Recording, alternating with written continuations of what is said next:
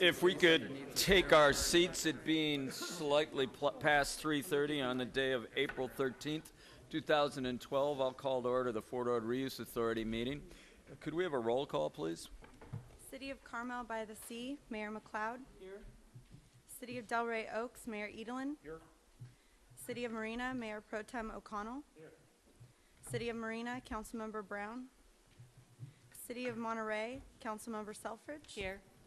Monterey County, Chair Potter. Here. Monterey County, Supervisor Parker. Here. Monterey County, Nick Chulos. Here. City of Pacific Grove, Councilmember Cohen. Here. City of Salinas, Mayor Donahue. Here. City of Sand City, Mayor Pendergrass. Here. City of Seaside, Mayor Backoffner. Here. City of Seaside, Councilmember Oglesby. Here.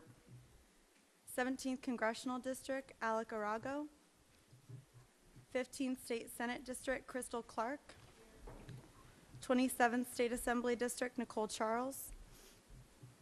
University of California, Graham Bice. California State University, Kevin Saunders. Monterey Peninsula College, Vicky Nakamura. Monterey Peninsula Unified School District, Dan Albert. Monterey Salinas Transit, Hunter Harvath. Transportation Agency of Monterey County, Debbie Hale. Here. United States Army, Colonel Clark. Fort Ord BRAC Office, Gail Youngblood. Here.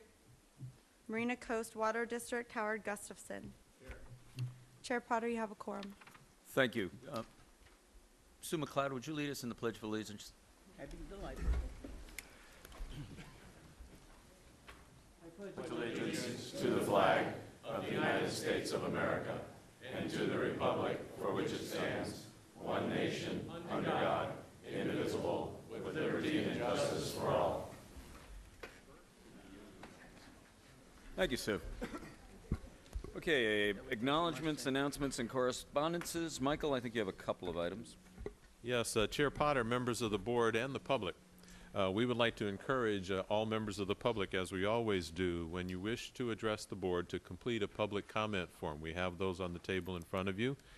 And they're also, I think they're on the podium right underneath the microphone. Completing those is voluntary, but if you fail to fill one of those out, make sure that you distinctly and clearly mention your name so that the records will accurately reflect any comments and your name.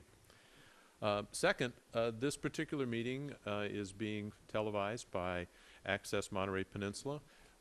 Members of the board asked last fall if we would consider televising a few of our board meetings every year, and after contract with Access Monterey Peninsula, this will be the first. We thought, since it's the reassessment of the base reuse plan, it would be a perfect opportunity to do that.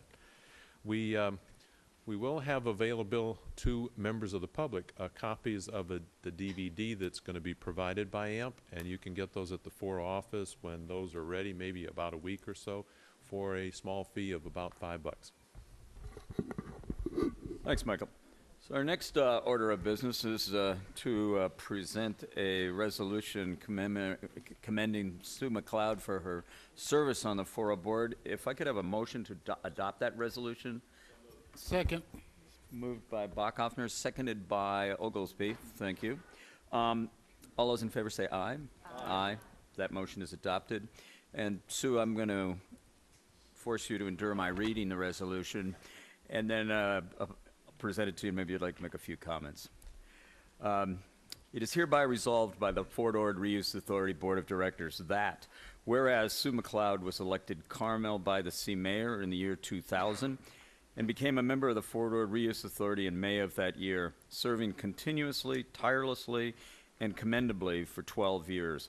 And Mayor McLeod served with extraordinary distinction as chair of the Authority Finance Committee from 2005 to 2012, with notably 7 consecutive years of Authority financial stability.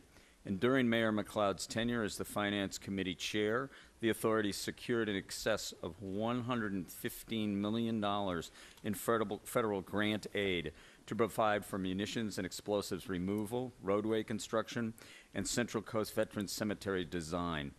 And Mayor McLeod has supported Monterey Bay Region community military partnerships and has been an advocate for educational collaboration as the program core for former four-door reuse. And whereas the Four-Door Reuse Authority has benefited immensely from Mayor McLeod's saged advice, defeating obfuscation through clarity and precision offered in a special, covert, clandestine Operation Special Agent tone. This resolution will just self-destruct in 30 seconds. And whereas Mayor McLeod has consistently sought regional solutions to the political, socioeconomic, and environmental issues facing the Monterey Bay community, and now therefore be it resolved for all the supporting notations cited above, but not limited thereto, the Four-Door Reuse Authority Board of Directors hereby expresses its very sincere commendation to Mayor Sue McLeod.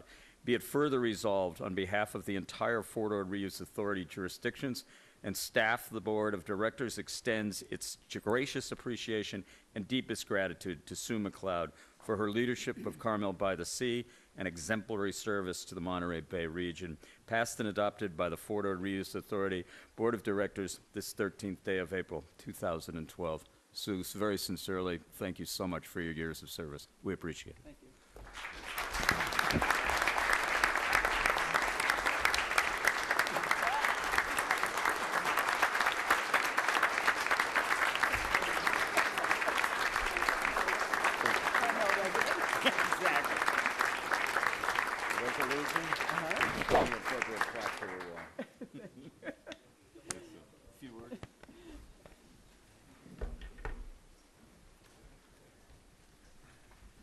I'm going to have to go before the Carmel Planning Commission to get a variance to expand my walls, I think, for all of this stuff. But I do want to say thank you, Chair Potter, and I see the fine obfuscated hand of Michael Hulamard in this.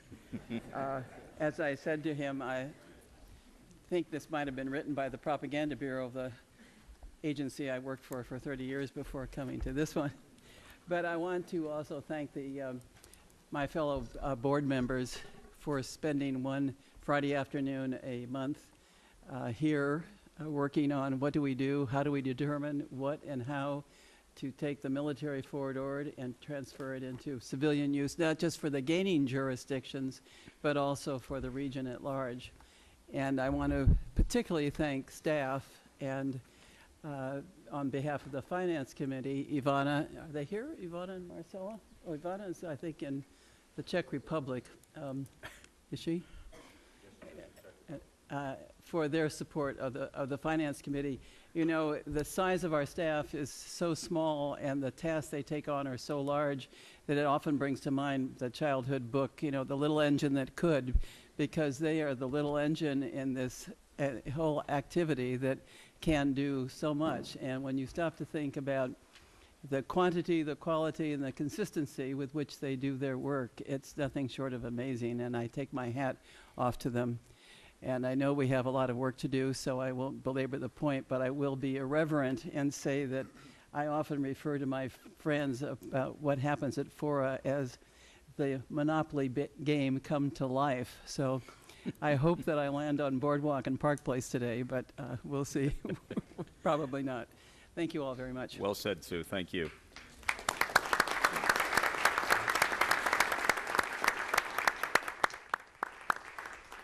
Okay, that brings us to the public comment portion of today's agenda. This is an opportunity for any member of the public to speak on a four-door-related item that is not on today's agenda. If you'd state your name, and there is a 3-minute limitation on that testimony. Ron Cheshire, a resident of Monterey County. At the last meeting, I informed you of some information that came about because of the MBES study.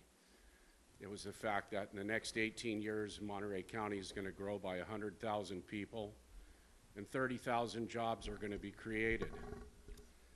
Today, I'm going to give you a study done by EPS back, it was an update in 2007, called the Economic Impact Analysis of Delayed Military Base Reuse in California. 25 bases were closed after 1991. 8 were studied in here. California, they said, was losing $285 million in tax revenue And locally, we're only losing 65 million in tax revenue per year. Per year. Now, I wanted to talk to him ahead of time to actually see what all of that meant. But actually, there's a gentleman here today from EPS, but he wasn't prepared. He just called me 3 minutes. I was 3 minutes away from this meeting, and he called because I'd called the office. So we're not prepared to discuss this, but I'm going to go ahead. I'm going to email this to Michael, along with the MBES study, in the hopes that, Michael, that you'll send it out to the rest of the board. I want you to note that I went back into the census statistics of 2009 or 10 here for Monterey County. We had a little bit over 420,000 people. And 26.7% of the population is 18 or under. And that's about 111,000 people or so, give or take a few hundred here or there. And I guess they're supposed to fight for those 30,000 jobs that are going to be created. So take a look at this information, and it looks like maybe EPS might be updating some of this or so, but Michael, I want to give this to you and let you all know that, well, I'll give you that in the next round whenever you get to the item. Thank you. Thank you, Ron. Are there others wishing to testify today?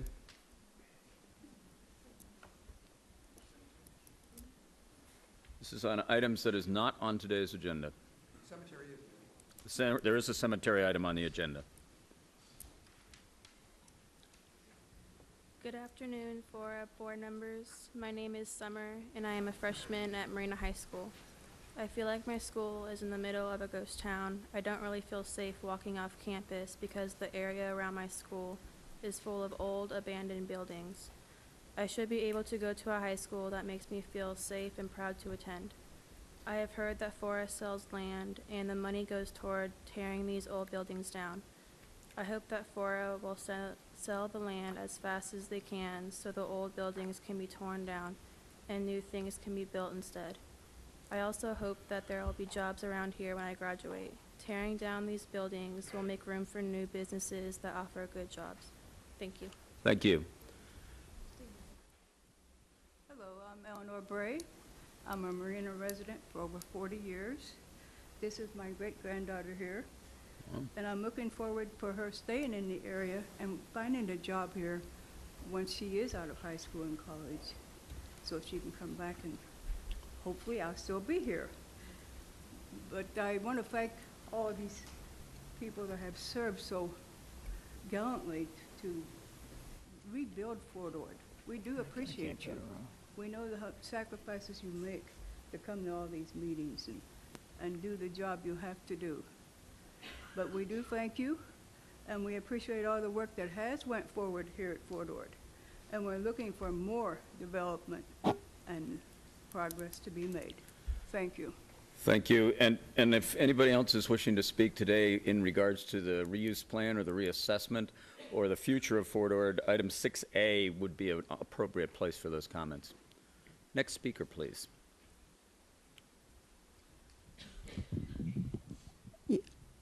Item 6, is that for jobs, or It would be an appropriate place. would be an appropriate place? The reuse plan, jobs, anything like that, item 6. I'd do that at 6A. That'd be great. Anybody else wishing to speak? All right, seeing no one coming forward promptly. Sorry about that, Chairman Potter. My name's Tom Moore. I serve on the Sierra Club subcommittee that has been meeting with FORA staff and others for the past 6 months regarding the possible extension of FORA and the reassessment of the Fort Ord. Tom, is that what you want to reuse talk about plan. now? Nope. Okay. I'm okay. It was the So you Sierra think. Club and other organizations that urged FORA to bring to the board a proposal to televise its meetings. So we'd like you to know that we greatly appreciate the fact that today is the very first day that a FORA board meeting has ever been recorded for television rebroadcast. Thank you for this. We'd also like to make it clear that we urge you to find a way to videotape all FORA board meetings, not just select ones, and all FORA committee meetings.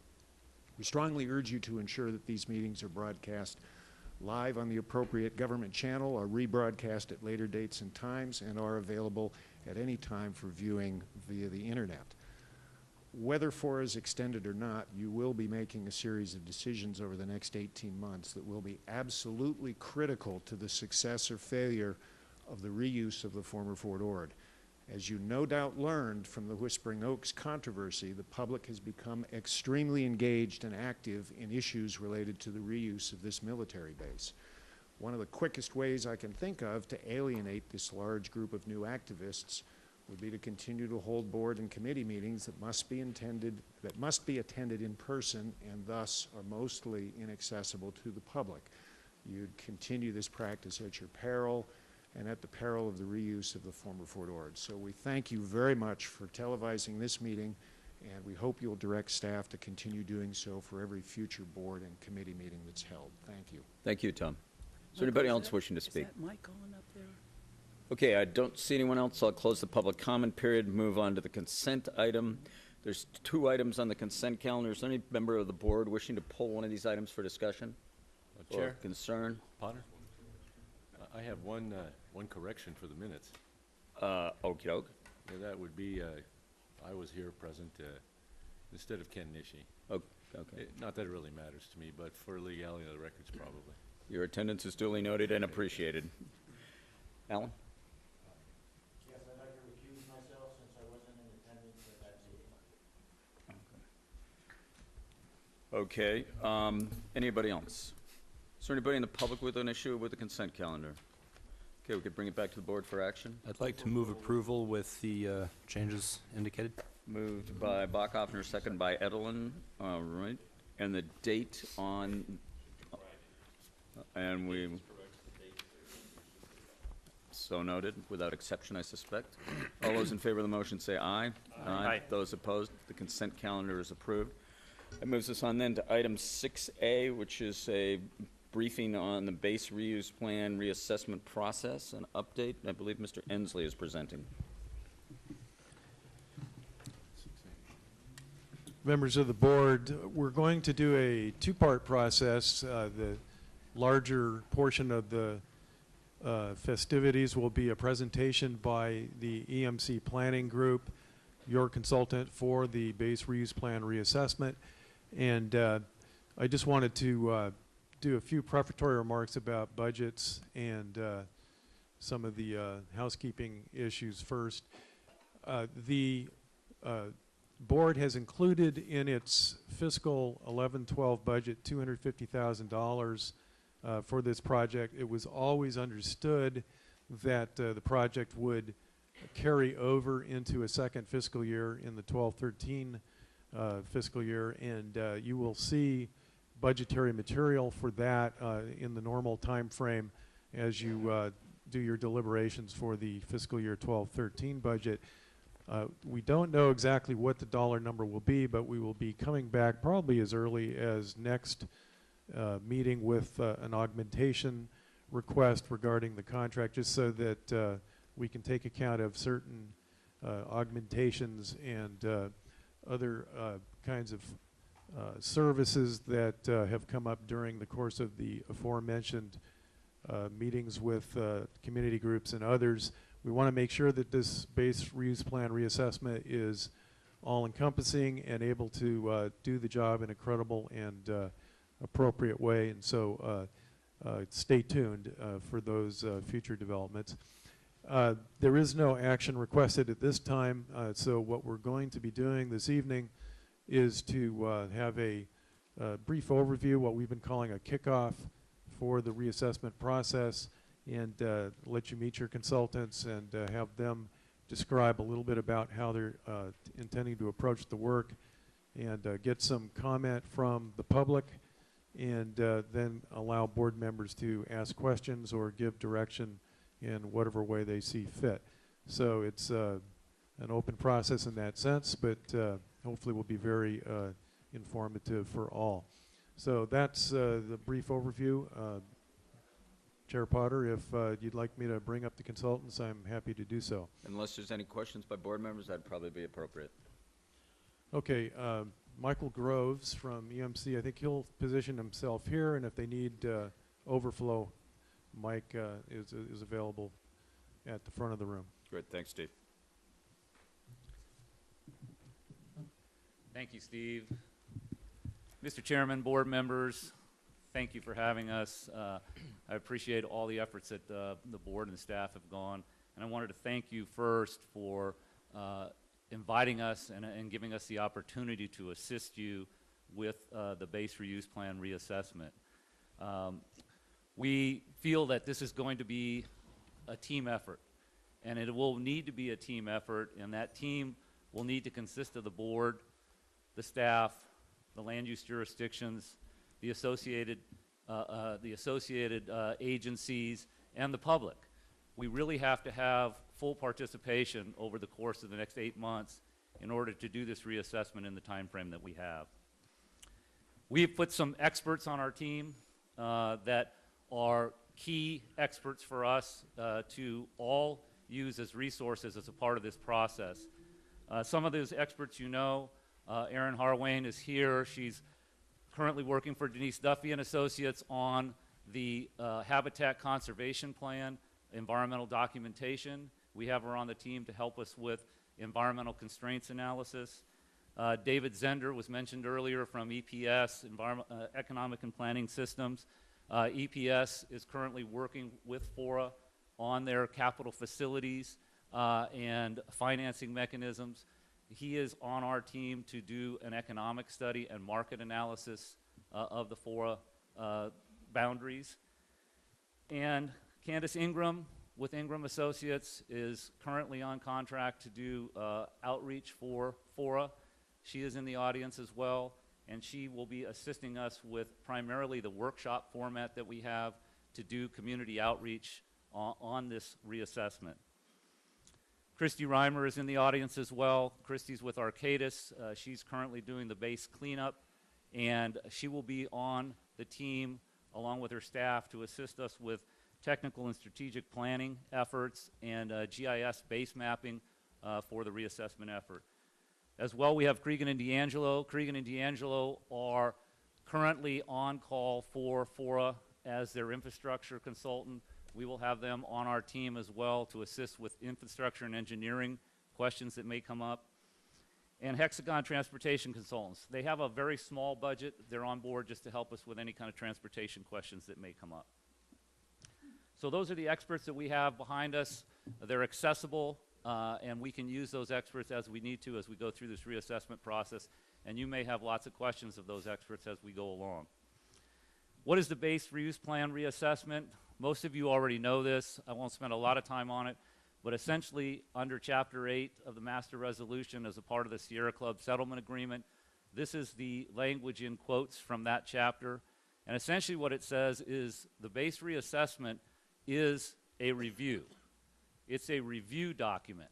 It's not an action document necessarily, it's a review document. And that review document needs to be prepared either prior to an augmented water supply, which we don't have yet, or prior to the 6,001st residential dwelling unit, which we don't have yet, or prior to January of 2013. And so we all know we can't stop Father Time, so that's going to happen. And it's going to happen before we know it. So the base reuse plan reassessment needs to be done so we can meet that deadline of January 2013. The basic scope of work that we have for the reassessment falls into basically 4 steps. Step 1 is the scoping step. And essentially the scoping step is relooking at the reuse plan and reviewing that plan, doing a market and economic analysis, and having public input by the public on what the issues they've had with the FORA reuse plan over the period of the last 15 years. Essentially, it's an information gathering, assessment, and a public input process. Step 2 is a summary of the scoping, and that is basically what did we find out in step 1 and put it into a report. That report then will be presented to the board and the public, and we will ask the board for input. That will probably occur somewhere around August to September. And once we ask for that input, then we will engage on the reassessment document. The difference between the scoping report and the reassessment document is that the scoping report essentially will be a gathering of information. What did we find out by our research? And the reassessment document will be a document that makes recommendations, asks for board direction, and gives some direction for what might happen in the future in years 2013, 2014. And the final step, step 4, is basically public review or public hearings before the board and adoption of the reassessment document. Step 1, let's talk about that just for a minute. Essentially, it starts today. We're starting in April with the kickoff meeting here in front of the board. That will conclude with a board action in December. Our expectation is the board will take action in December of this year on the reassessment document. So we have a lot of work to do between now and then, and it's especially important to get the public involved in that work. And we'll talk a little bit about the public outreach. One of the major first components of that is an economic and market study. And David Zender from EPS is here, and I'll ask him to talk briefly about a couple of the components of that study so you understand a little bit about it.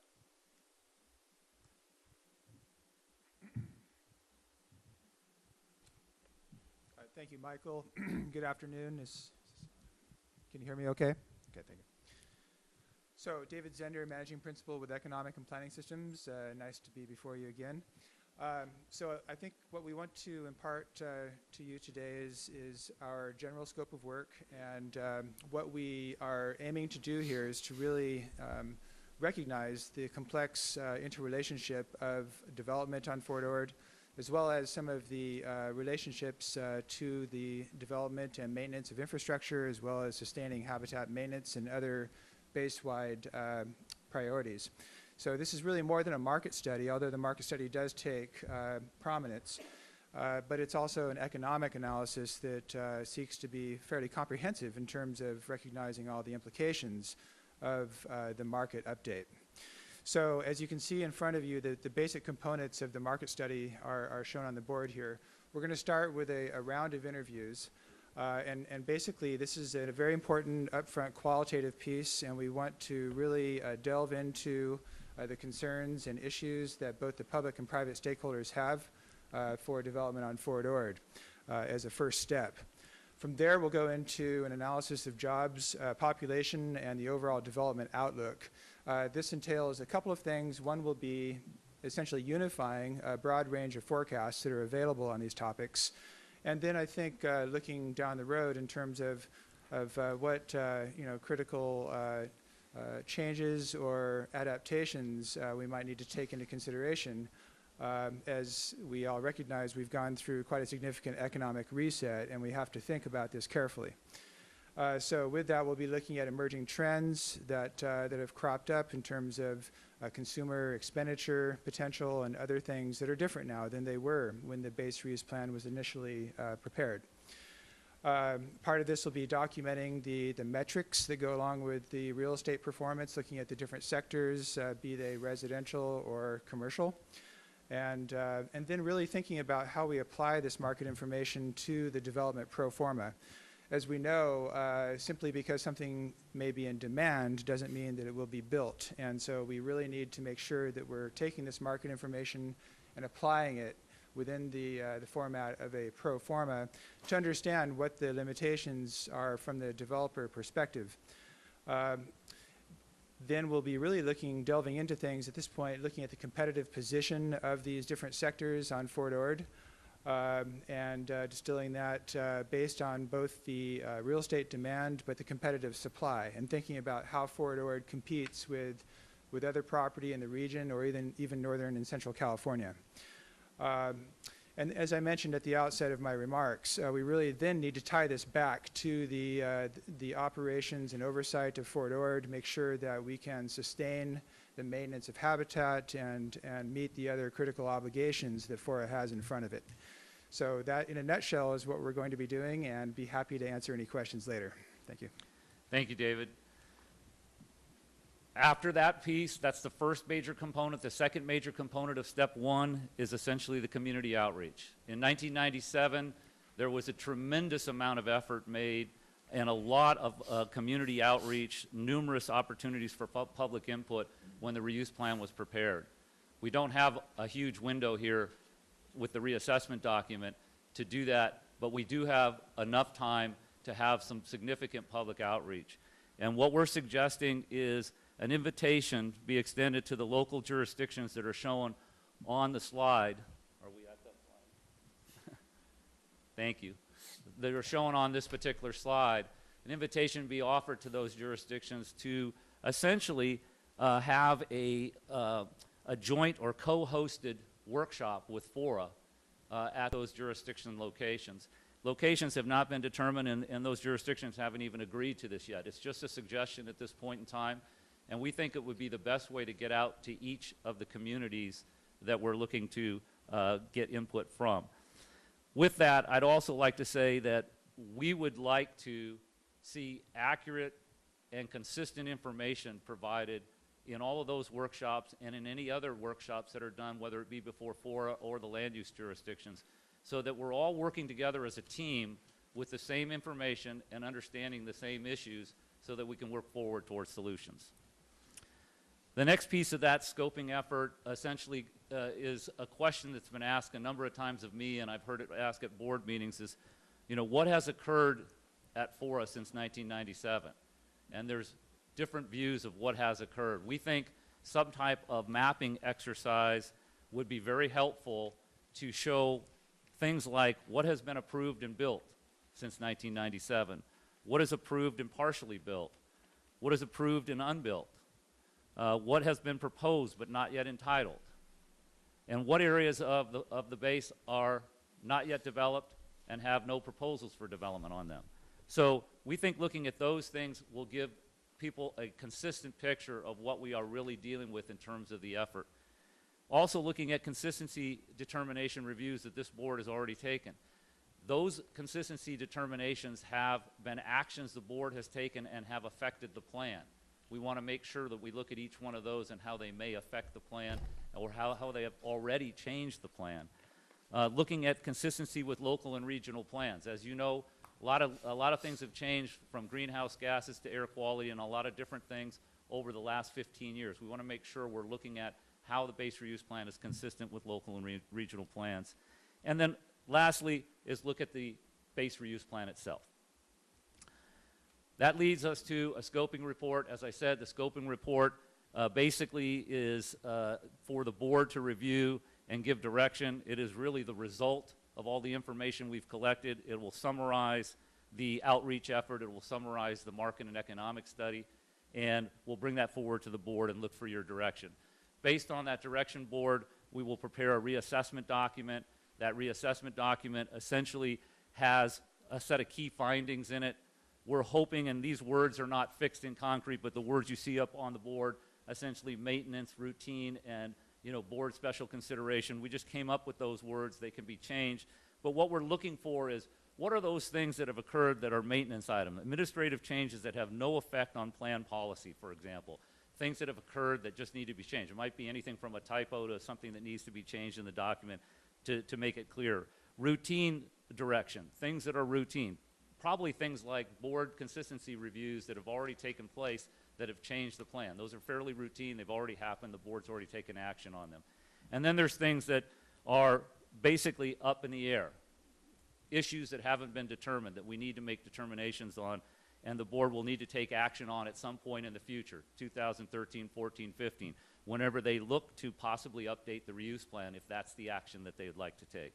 And the fourth step is essentially the board taking action on the reuse plan reassessment report. And the last slide is the schedule. And as you can see by the schedule, it's fairly tight. I've said that several times. We're starting off with background research, market, and public outreach. We've already started on the mapping exercise that I talked about.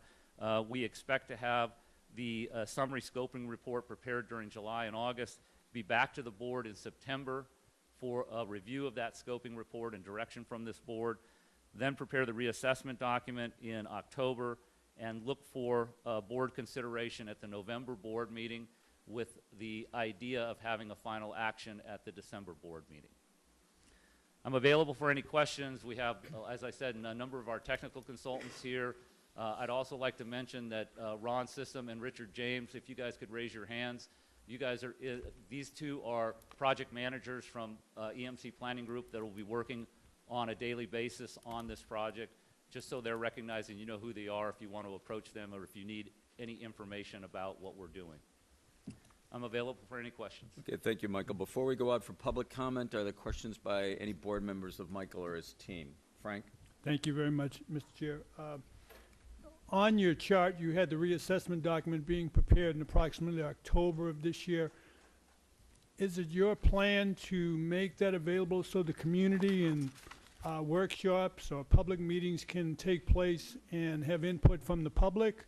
Because I notice on the top you have the public outreach early April, May, and June, and it would seem that the reassessment document should involve public input as well. I don't disagree with you. I think it should involve public outreach. We haven't exactly figured out how that piece will work. It is such a tight time frame between the time we prepare the scoping report and the reassessment. We will try to have some public input. That will be a decision that Michael and his staff and this board will need to make about how they will go about that. But right now, in our schedule, we're preparing these documents for FORA staff with the expectation that we'll go to the board in September with the scoping report and go to the board in November with the board consideration of the reassessment document. So somewhere in between there, maybe the month in between, there's an in-between report or something that could occur that would allow for you to understand where we are with the reassessment document. Thank you. Thank you, Mr. Chair. Are there other questions? Jane? Thank you, Mr. Chair. I have two quick questions. One is on the slide where you were talking about the need to do this reassessment. It says that the authority board shall perform a full reassessment review and consideration of the reuse plan and all mandatory elements as specified in the Authority Act. Could you remind me what the mandatory elements are? Is that like a general plan where it's safety and water and housing, and could you list them for me? It is.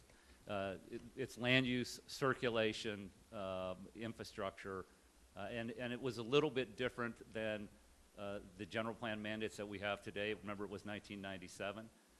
So the FORA authority is a different legislation than the general plan authority.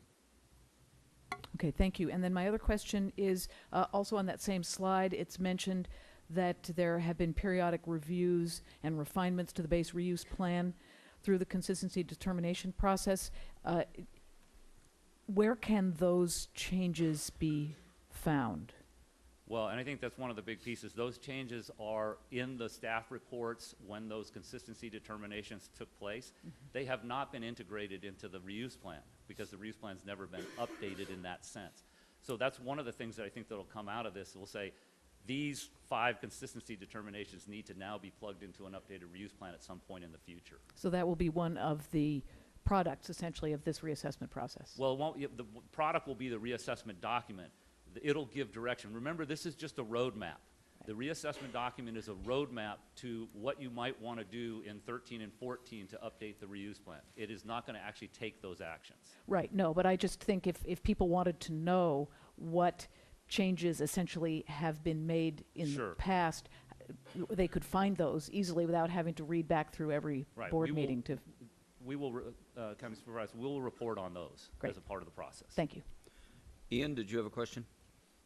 Yeah, I think so. First of all, I want to agree with the Councilman O'Connor about putting out that information before we had outreach. Then I'm wondering, how do we, I know we only planned for 4 outreaches, but I don't know how Seaside and Delray Oaks and Marina all was bunched into one, and Monterey got their own, in a sense. So, if you can answer that. Yeah, let me, I think our proposal, I don't know what it said on the screen because I wasn't reading the screen, but what our proposal is that Delray Oaks, Monterey, and Seaside work together as an outreach or a workshop. Marina has a co-hosted workshop with FORA. The county has a co-hosted workshop with FORA, and the Sierra Club has a co-hosted workshop with FORA. And that last one, the Sierra Club, could be a little bit larger turnout. We could try to encourage a more regional turnout since the base reuse plan is supposed to be regional in nature. So that was the intent. It was really, honestly, it was really to cut down the number of workshops because of the budget. The budget was so tight that was allowed. If there's additional budget in the next fiscal year, we can have more workshops if we have time to do that. Okay, well, the board, well, I'll address the board later, so thank you. Okay. Others with questions? Mr. Chair, Yes, Sue. are there copies of the PowerPoint? I see Jane has one. You did? I didn't get it. Okay, well, we can certainly make one available. Okay. Other questions? Ms. Hale. Thank you, Mr. Chair. There are a couple of pieces that are in this step one that were of keen interest to us at the Transportation Agency. The first piece was regards to the population forecasting, and there's a little bit of a discussion because right now AMBAG's updating its population forecast, and there are some differences in the past forecasts and such, and so we'll just want to tie in with you and see where you intend to head, because one of the areas of dispute is the projections in the marina area. So we want to stay close to you on that. And the second thing I just wanted to say that I think the land use analysis and projections and development will be of great interest to those of us that follow the CIP revenues very closely, and so I presume that you all are coordinating that with the update of your CIP. Because that'll give us a sense as to how much money is available to then spend on these capital improvements. I don't know if that was a question. I don't. If it was a question, we don't disagree with any of it. Yeah, it's difficult to answer a statement. That's a big yes. Okay, are there any other questions by directors? Okay, why don't we open it up then for public comment? If you'd come forward expeditiously, state your name. There is a 3-minute limitation on testimony. And if there are questions, staff will be taking copious notes and answering them once public comment is closed. My name is Levon Stone. I'm the Executive Director of the Fort Ord Environmental Justice Network. We are the experts on our community and on these processes. And I just hope that when you do this assessment, from my standpoint, we don't need an assessment. When we lost jobs and housing and families had to leave the area and the devastating impact to those families, we have been waiting all these years while cleaning up for reuse. And we have had to virtually choose between health effects from cleanup or getting jobs. And we are always told we're going to have jobs. These processes that's coming into our community, these buildings, the things that are being built, going to create jobs. Jobs for who? Jobs to bring people into our community and leave us stranded on the side of the road while still saying we're going to have jobs. We're sick and tired of that. We need to look at the impact of the community, the people who are sitting on the side of the road, the people who are waiting and not having a chance to be included in these processes. You say you're going to have experts. Okay, who are the experts? The people who live here, the people who have been impacted, disenfranchised, these are our experts. And we can tell you what we need. We can tell you what needs to be done. The process is upside down. The people need to be the ones speaking out, asking questions, not being last, as always in these processes. This has to change. Environmental justice is about the entire person, the entire effect. This is a brochure from the US EPA where we brought in the Fort Ord Superfund job training process. Not one of those people have a job. But this is my picture. These are some of the people from our community. Only 20 got trained. We had over 350 applicants. This stuff has to stop. We have projects all over the place. Where are the people who are working from our community that need to have livable wage jobs? Where are they? We don't see them. If you want experts, I know where they are. I'm one of them. but we're not at the table. We're not in the process. We're somewhere standing around waiting for somebody to tell us what to do, when to do it, and how to do it. This needs to stop. We need to be about taking care of each other. If we're talking about taking care of each other, regardless of race, creed, or whatever the case may be, then 5 I seconds, Ms. want the Stone. talking to stop, and I want to see the action. Thank you. Thank you, Ms. Stone. Next speaker. No need to be hesitant.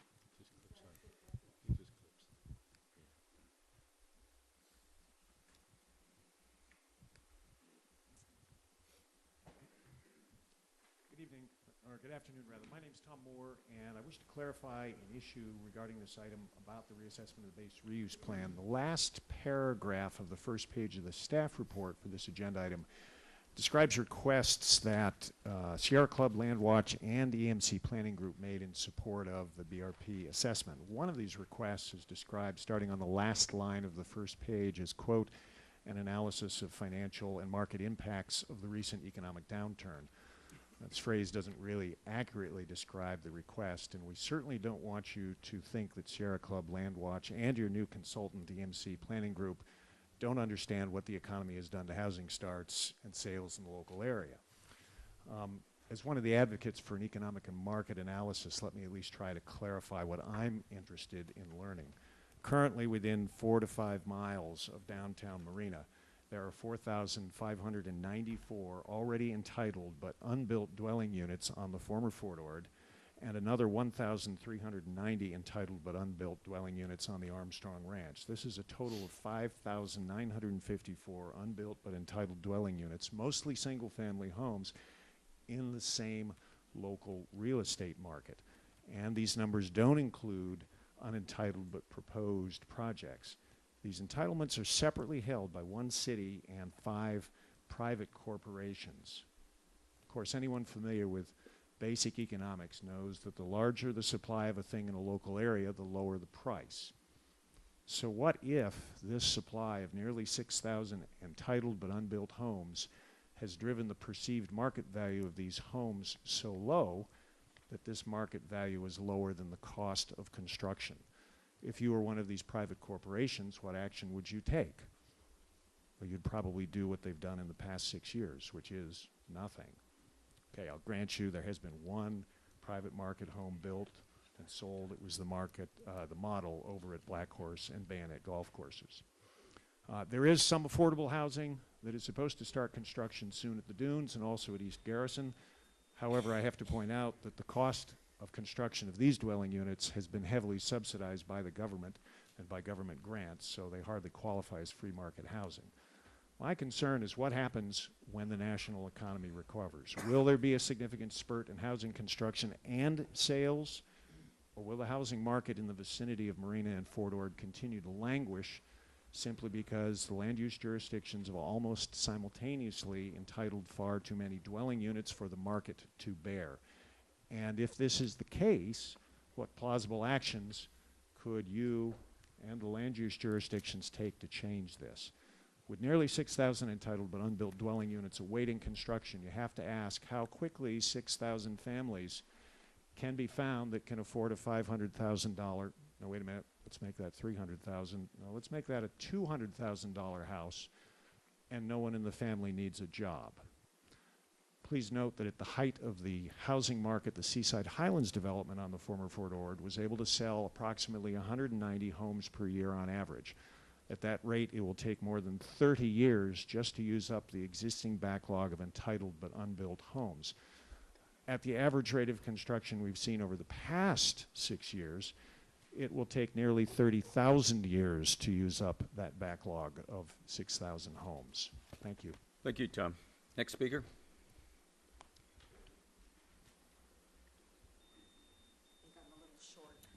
I can relate.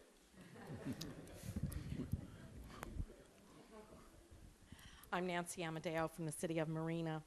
I was very interested to hear how these workshops were going to be conducted. I went to a workshop over AB 1614, I believe it is, and was very disappointed because there were so many unrepresented groups. at that forum. We need to see all affected communities, which includes citizens, perhaps through their church groups, the business community, perhaps through the chambers of commerce that represents all levels of business, from mom and pop to major big box stores. We need to hear from those who use Fort Ord for recreation purposes and those who want to use Fort Ord for business. We just heard from Tom Moore about housing, as if that's the only thing that was supposed to happen on Fort Ord. There were also numerous jobs that were lost on the former Fort Ord. Very few have been replaced. I think all of them were in Marina that have occurred. We need to see that we are going to replace the jobs that were lost to help repair the economy that has been devastated, first by the closure of Fort Ord, and second, by the economic downfall that is worldwide. We have 2 huge knocks that we've taken, and this organization has a huge responsibility to help bring us back. Again, reaching out to all affected members of the community, not just certain vocal groups, I think is a better route to go. Thank you very much. Thank you, Nancy. Next speaker.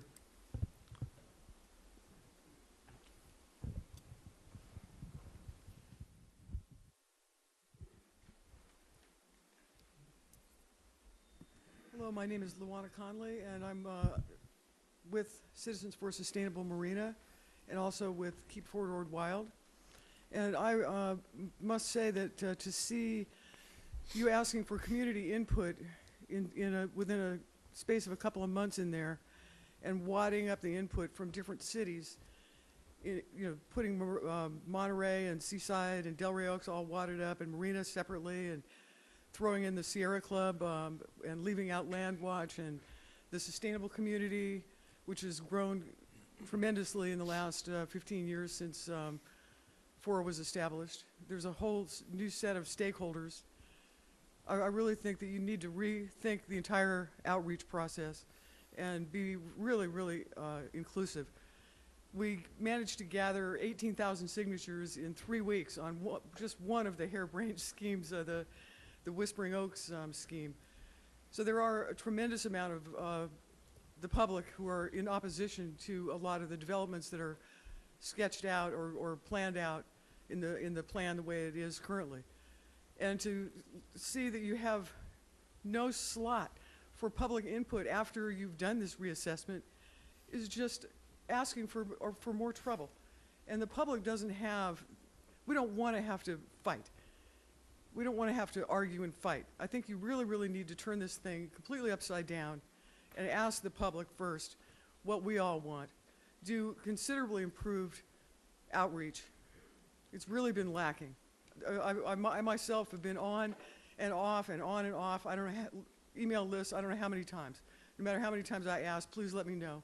Put me on the list. It's just really, really spotty. So I think there's a serious lack, and it only leads to trouble and front page stories and untold complications. It doesn't have to be that way.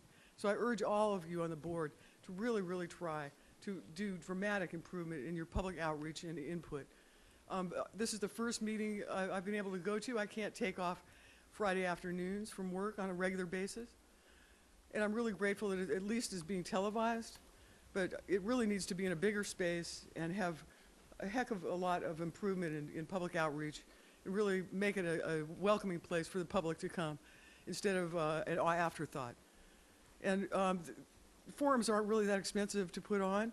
I'll do one for free for you. I don't see why that should be such a big budget consideration.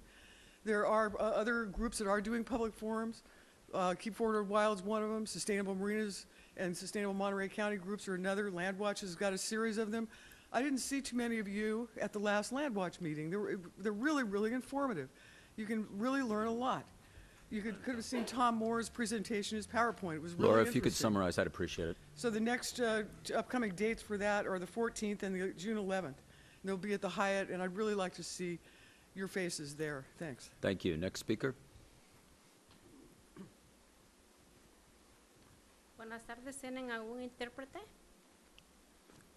I You don't have think so. intérprete? No.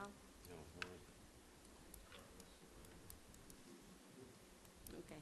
Mi nombre es Verónica Morales y represento.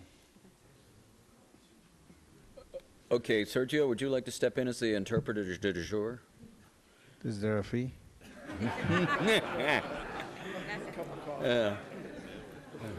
Respetuosa mesa directiva de FORA. Respectful members of the FORA board. Me presento en esta tarde representando a los comerciantes hispanos en la península, especialmente los comerciantes de la ciudad de Seaside. I'm here in front of you representing the Hispanic business in the peninsula, especially the businesses in the city of Seaside. Nos hemos enterado que los planes del viejo FORA está para terminar y que la propuesta del asambleísta Bill Murray asegurará que nos da tiempo para recuperar las oportunidades económicas que se perdió en el cierre del Fuerte Ord hace más de 15 años.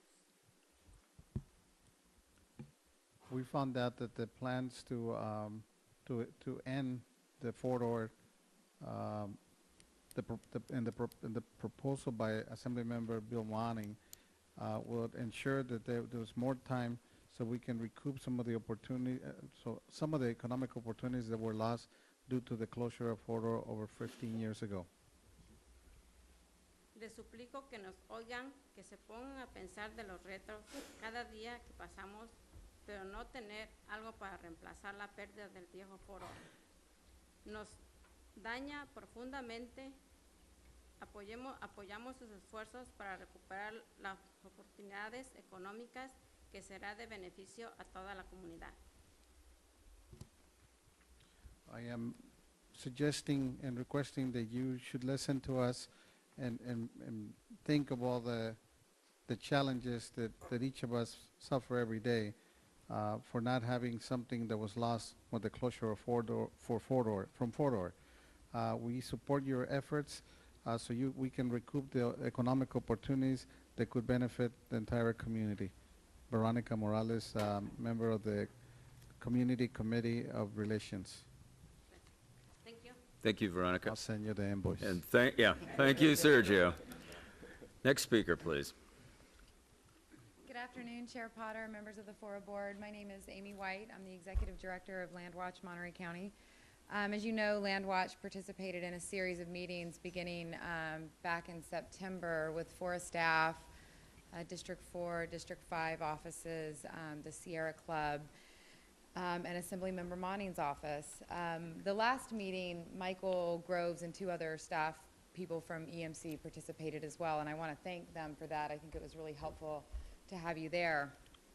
These meetings really illuminated for Landwatch that the base reuse plan needs a full update, and I'm happy to see that there seems to be general consensus on that. As Xander and Associates pointed out, the economy has gone through a major reset. We all know that. The assumptions of 1997 are quite different from what today's assumptions will be.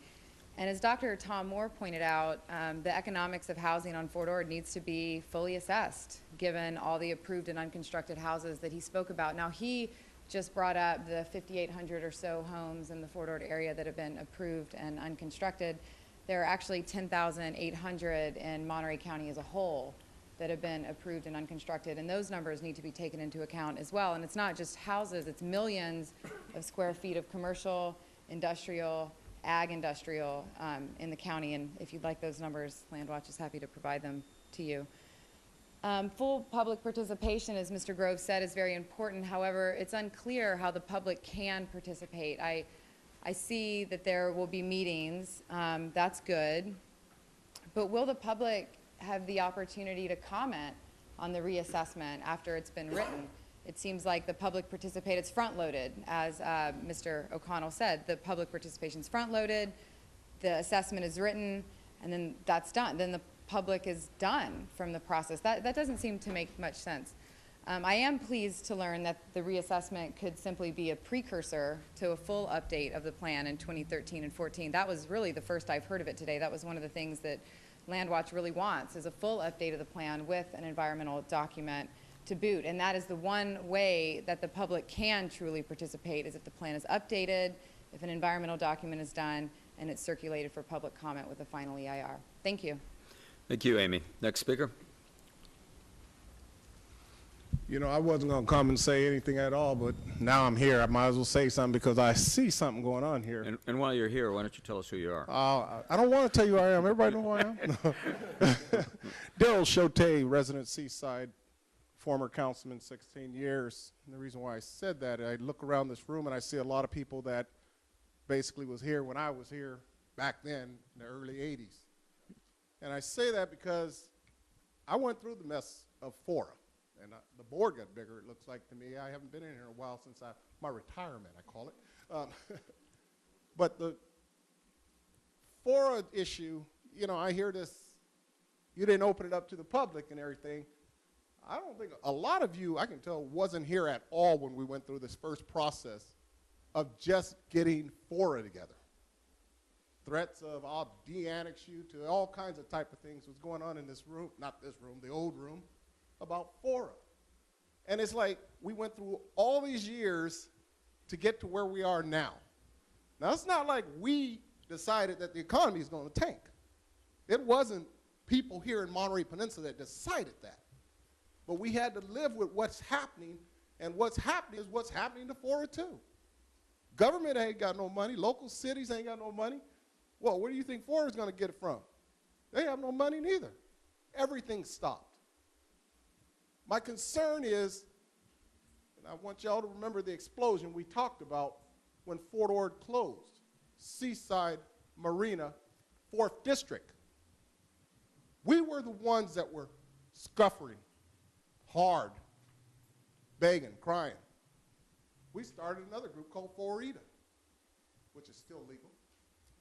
But the point is we stopped the brakes to come and sit with everyone. Sue McLeod, you did a great job on the board. I can tell you that. I know. But she had to even give up some of her own personal thing after the election she won to come here and sit with us. And you know on the Monterey Peninsula, all these communities never really worked together until FORA came around. Now, nothing against Tom Moore. I've worked with Tom Moore too. And the Sierra and the Land Watch. You were at the table at the beginning. You're still at the table. You're still at the table. I don't want to see this dissolve because the impact is more on my community and me before it hits Carmel, PG, Monterey, or anyone else. Now, I didn't try to come out of retirement, but I'm not going to take a whooping for nothing. Now, I can tell you, and the question we're supposed to be up here is we have any questions to EMC, and I have one. And I'm asking you to make sure that you look at the closest cities outward, not outward in. We want Seaside and Marina and the 4th District really looked at. Daryl, if you could summarize, I'd appreciate it. I'll be finished in a second. That you will. Real suffering is still going on. So I came out here to let you guys know, don't stop now. We should not turn back the handles of what it took to get here. Let's move. Now, I can tell you, there's a good little store out there on the MGM Parkway that's employing a lot of Okay, your 3 minutes are up.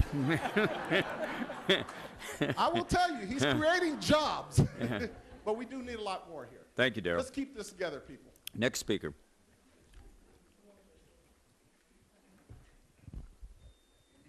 Elizabeth Billingsley, a 51-year resident of Marina, and I must say my husband took basic training here at Fort Ord, and I'm crying every time I drive by the empty houses, the empty buildings, the barracks is what the soldiers used to lived in and trained in, and we haven't done anything. Yes, Marina has the Dune Shopping Center, and I'm happy about that. But how about the rest of the Fort Ord? I'm not saying build out 28,000 acres, by all means, no. But I like to see more jobs because my grandchildren are growing up here. They need housing, they need jobs, and then their children, they probably don't want to move away from grandma and great-grandma and whoever. So please, get your heads together and stop the lawsuits that's happening when the project comes on board. What happens? Somebody out of the blue comes out and sues the city or sues that person that is going to do something. That's happened in Marina, not twice. And I don't think, I know some of you don't have nothing to do with that, but yes, maybe you do. Because the Sierra Club, the Land Watch, people are suing. The lawyers are getting rich. The contractor is not. He's losing money. He invested already in the roads and the water and whatever is underground. He's not going to get that money back. Besides that, the lawyer gets the money. And then whoever else is there gets another portion.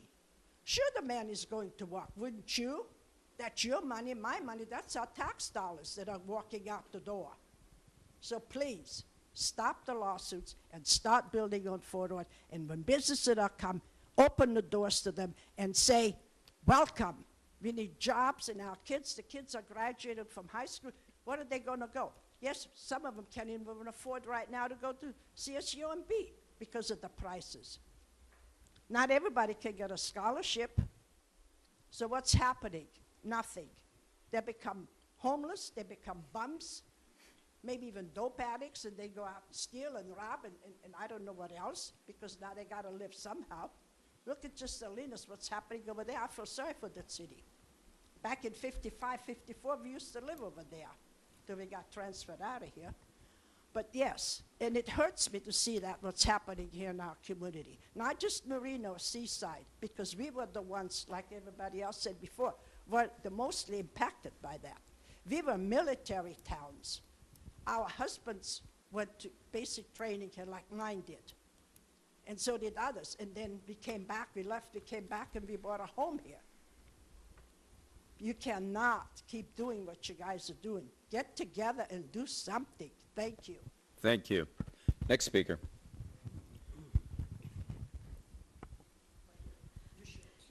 That works for me. Mr. Chair and board members, my name is Jody Hanson, President and CEO of the Monterey Peninsula Chamber of Commerce, representing over 800 business members in the Monterey Peninsula. And I really can't say it much better than the previous two speakers. I think they spoke from the heart, but I do want to say that the Chamber really sees that we need to get the economic engine of Fort Ord restarted. And we support the redevelopment of Fort Ord. We are concerned about groups that seem to be against virtually any commercial and residential development. Fort Ord Reuse Plan is an award-winning plan. It was designed to balance the interests of commercial development and environmental protection and preservation. We really need to come together as a community, and we must realize that as a master community, no one is going to get everything they want. And we must be willing to maintain the balance. And the Chamber supports sustainable environment as well. And I think we do have to look at how important the quality of life is without good jobs. Our quality of life is all about our good jobs. What have we been doing this year to create new jobs? There are not many opportunities to create jobs here on the peninsula. This is one of our biggest opportunities. We can't let it go. We need a community that can attract jobs for our returning military, servicemen and women, and also for our children and grandchildren. So we'd like to work together with all community groups to make this happen. Let's stay the course. Thank you. Thank you, Jody. Next speaker.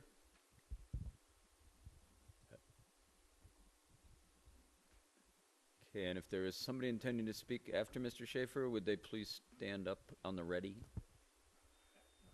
Good afternoon, board members and public. Bob Schaefer. I'd like to remind you and the folks in the room that it isn't the Fort Ord Reuse Authority or the various jurisdictions that create the jobs. It's the development community that create the jobs. And the task of the various jurisdictions is to create an atmosphere that promotes developers to come in and take the enormous risks to create jobs and housing. And I think the Dunes is evident of that. Even during the economic downturn, why a tremendous amount of work and money has been spent to attract new businesses and promote new development. There's a lot of talk about the, I don't know, 8 or 10,000 entitled lots around. Well, that's a good thing for the community. It's not so great for the development community that have invested in those lots, but and developed and built the lots and put in the infrastructure. But the fact the market is the market, and when as businesses come in and are brought to the area by the development community, why the houses will be built. And the Dunes project, for example, is considering housing probably toward the last quarter of this year, possibly first quarter of next year. East Garrison are working on houses.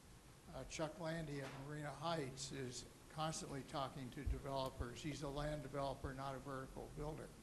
So you hear all these dire predictions and whatnot, but I think it's important to focus that there is a lot going on to promote the development at Fort Ord.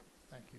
Thank you, Bob. Thank you for creating a developer-friendly attitude. Thank you. Next speaker.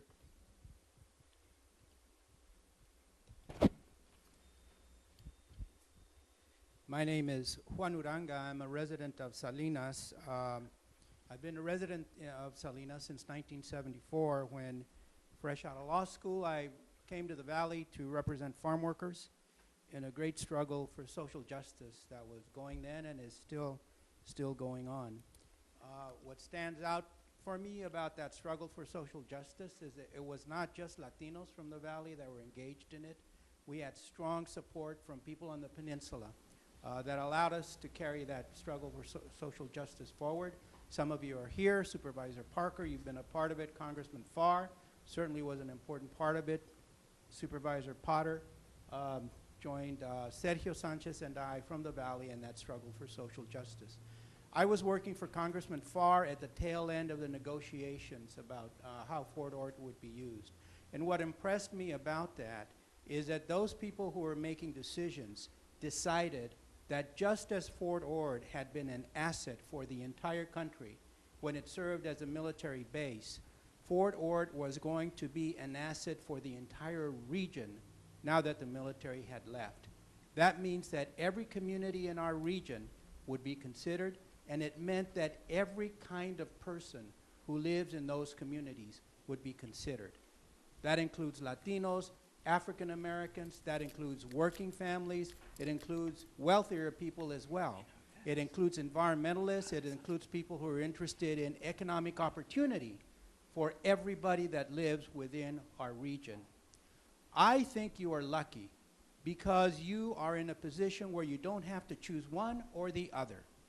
You don't have to choose environment over social justice. You don't have to choose open space over creating jobs. You're in a wonderful position where you can include everything. You can include everyone. You can protect everybody's interests, just as those people who formed Fort Ord all those many years ago did.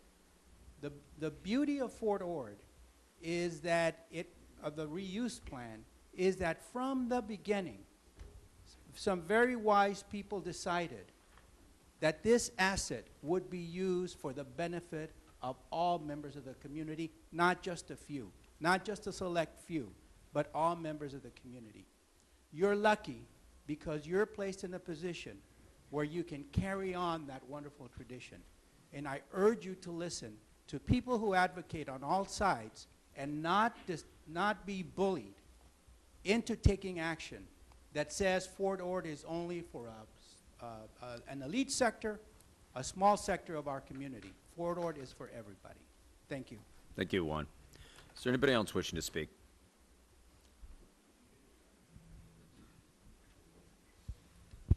Ron Cheshire speaking on behalf of the Monterey Santa Cruz Building Construction Trades Council, who's been involved in this process since 1991.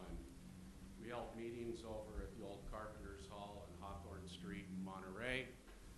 We had community meetings there, and we've followed the process ever since, probably more than most of the people in the audience at this time.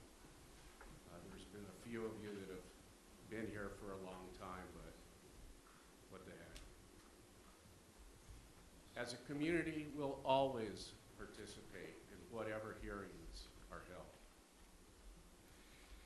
As Juan just said, we encourage you not to be bullied by groups that demand that you enter into a CEQA process and that an EIR needs to be done on the plan. We don't believe that's part of the deal here. You're just going to review your document and then you'll consider whether you want to take action or not. In the early 80s, the economy was bad. In the mid-80s to the late 80s, the economy was good. It went to hell in 1989 at the end and stayed that way around here until 1997.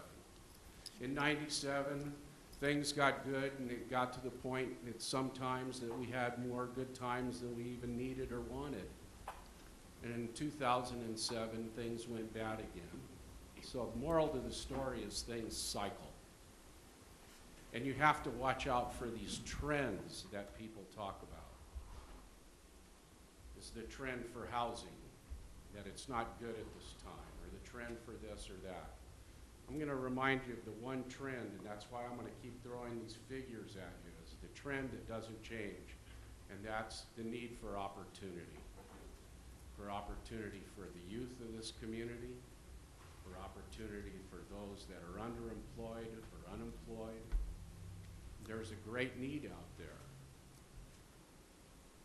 As I've told you, 30,000 jobs predicted. That's from the trend, okay? For how many people? For over 111,000 people.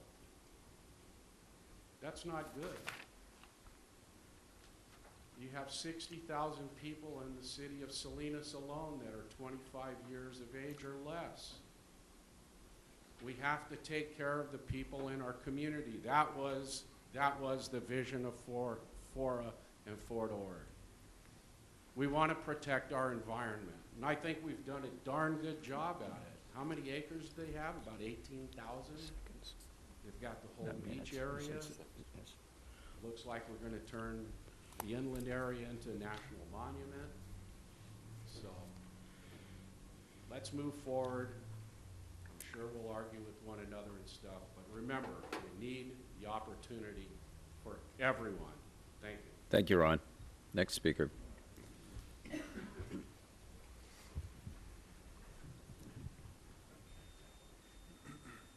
Good afternoon. Carlos Ramos, board and staff. I'm basically your messenger this afternoon. I have a couple of communication items to share with you. First, from the Seaside Sand City Chamber of Commerce, President Jim Boston. His comment is, move forward, reuse, get jobs, and let's move forward. From Comunidad en Acción, a grassroots group in Seaside, do not forget about us. I'll read a couple of comments from the Latino Environmental Justice Advocates.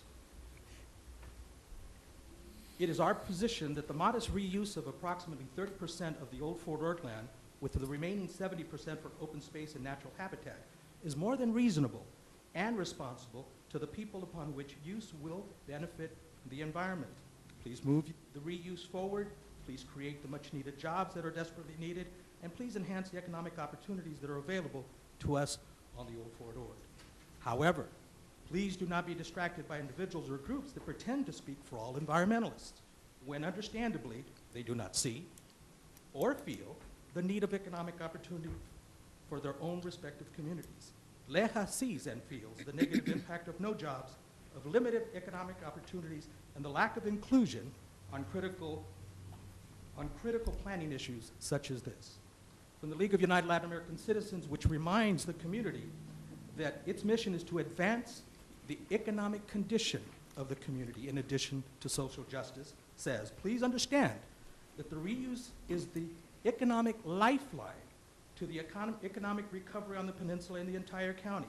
It would be a gross social injustice to hardworking families from all walks of life and from every sector of our great community if what was made available for economic recovery through the reuse of old Fort Ord were to be wiped away, or worse yet, limited to practically nothing by those that have the good fortune of being in a much better social economic status than the majority of families on the peninsula. move the reuse effort forward, reach out to all sectors of the community, especially the underrepresented, yes, the Spanish-speaking, and ensure the economic opportunities that were promised from reuse because of and make sure that the promise of reuse becomes your unshakable priority. We're counting on you. You can count on us for total support. I have these 2 letters. Thank you, Carlos. Is there anybody else wishing to speak today? Good afternoon. My name's Connie Quinlan. I'm a native of Monterey County. I've lived here all my life, and I've seen a lot of changes over the years, and a lot of them that I wasn't really fond of. But what I'm seeing in the last few months as I've gotten involved in listening to these meetings with FORA is that the one resounding need is for jobs and economic stimulus. And I'd like you to go away with the quietest thought that was given today is by far the most profound. The young lady that spoke, the Marina High School freshman, that said, all I want is a safe high school and a job to come to. Please think about her as you work forward. And I do want to end with, I think you have a job that's like herding cats. So I wish you good luck in that. Thank you, Connie. We appreciate that. Is there anybody else wishing to speak?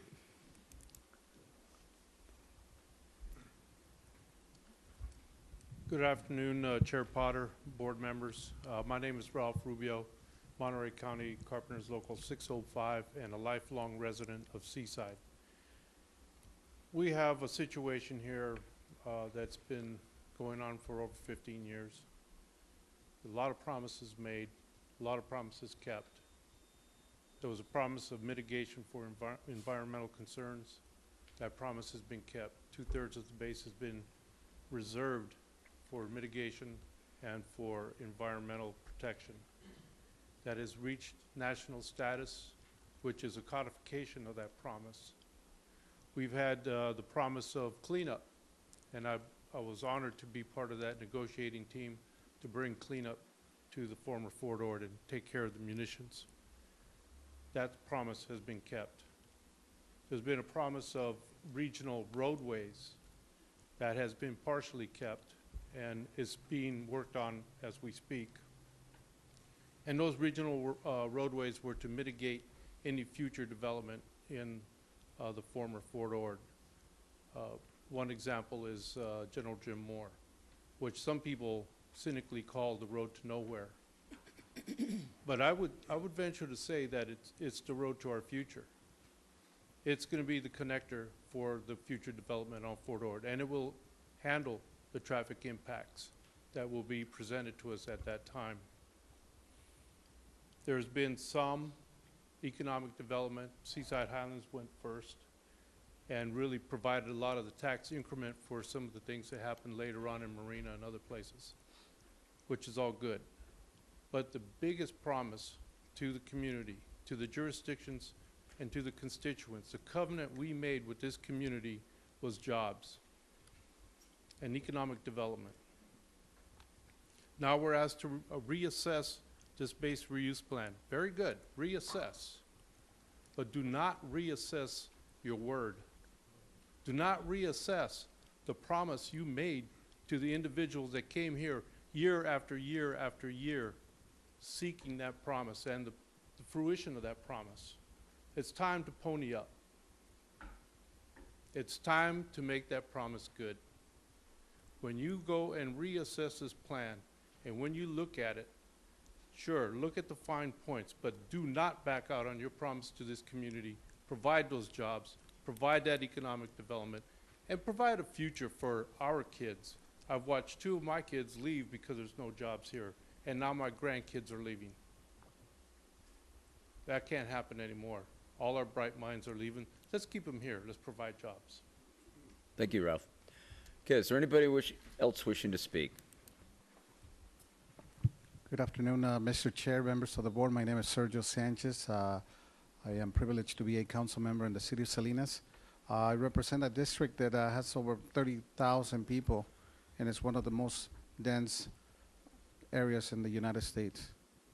It doesn't rival to Manhattan and any of the more crowded cities in our community. that's a small city, and that's it's in very few blocks, and this is where a lot of the people that's been talked about, that's where they live, because they work over here. And I might be speaking out of turn, but I do this from the heart and saying that if it means developing Fort to where was been promised, it means the city of Salinas residents, especially from my district, get to move over here and be closer to their jobs. I think that's a great opportunity, and I welcome that. Some people might say, well, you want to keep the residents in Salinas. I like them to be closer to their jobs. Today, I spent half a morning working on a family. She's got 4 little girls. She's a single mom, farm worker. She's injured. She can't work, but she still has 4 little girls to feed, and she's been evicted. She's been evicted from a home that has holes that you could actually see her backyard from the kitchen. She has no refrigerator. She had a little bit of food, and we're working with her to try to keep her from getting evicted. That's one of the many stories in my district. Last week, I had to intervene. There was a young woman, pregnant, living in an upstairs apartment. Her stairs had fallen, and she had not been out of her apartment for over 2 weeks. Landlord had not provided or fixed the stairs, so she was afraid to fall down and hurt herself and hurt her baby. Those are the kind of stories that people that come out here and tell you, don't do anything, leave it as is. We want horses, bikes, and all kinds of different animals to be there, and they could care less about the humanity of the people that live in my district, and they live throughout this city, throughout this community. So I ask you to be leaders and to continue to what was promised to the people, because Salinas, even though has no land, I don't understand why Salinas never got any, but we definitely support what FORA is doing, and FORA's work has been tremendous, and it has impacted every single one of us, and I think has a more future to impact many more people. So those stories that I just told you do not repeat themselves. So in the words of one of my heroes, just like Cesar Chavez, Martin Luther King Jr. said, to be a genuine leader is to be not to be a researcher of consensus, but to be a molder of consensus. So I ask you to mold some consensus. Thank you. Thank you, and may God Sergio. give you the wisdom and leadership to take care of this. Thank you. Is there anybody else today? Last call. Okay, I'll close the public comment period, bring it back. Michael, did you want to make any closing comments or thoughts?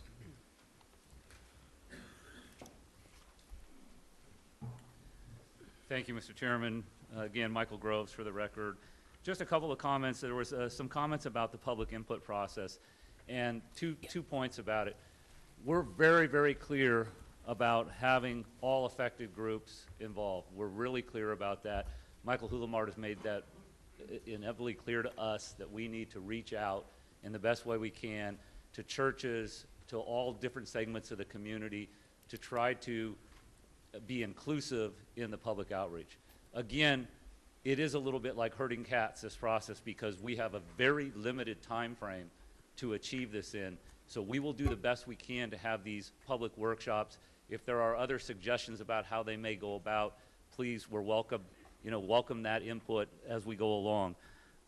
The other question about public input occurring at the end of the process, there is no doubt that public input will occur at the end of the process. Please be clear about that. What we're trying to emphasize is that we're going to have a number of workshops up front. 4 right now are scheduled. If it turns out that you go to Michael and ask him that you want a workshop in your jurisdiction, maybe that can happen. It's really a budget issue at this point in time. But the point is that we're definitely front-loading workshops at this point in time, but there will be public input at the backside. There will be a review in front of this board at least in September, November, and December, and probably in October. So I just wanted to be clear about those pieces. I do want to emphasize with everybody, and you may not remember it, but the Fort Ord Reuse Plan was an award-winning plan. It won a national award for the plan that was put together. I'm not saying things haven't changed in 15 years. Of course they have. But it was an award-winning plan. So we have a good piece of base work to start with, and we can work from that to build consensus. I really appreciate what Sergio said about building consensus. That is what I tried to say in my message up here, was that we need to work together as a team, because it's a short time frame and we have a lot to accomplish in the next 8 months. And the last piece I wanted to say is just to reemphasize something that Michael Hulamard says all the time, and I don't want to put words in his mouth, but the words are economics and jobs, environment and education, the 3 E's. The plan was built around those 3 E's. So please remember that we are building around the environment, we are building around education, and we are building around creating jobs at Fort Ord. That is the message that we've been trying to get across since 1997, and it is still in place.